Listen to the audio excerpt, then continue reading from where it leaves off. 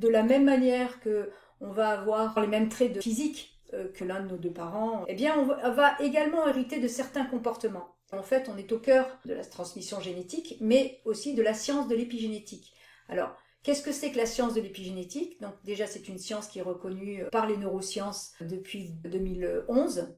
Et l'épigénétique, c'est ce que l'on appelle la science au-dessus des gènes. C'est-à-dire qu'il y a des gènes, et puis il y a un genre de surprogramme qui va se caler au-dessus des gènes.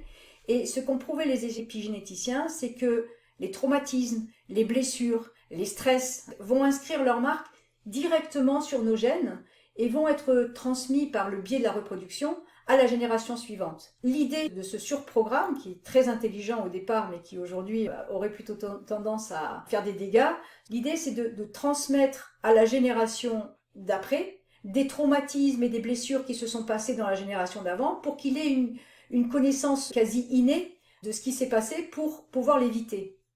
C'est comme un parent qui va transmettre à son enfant un savoir-faire qu'il a acquis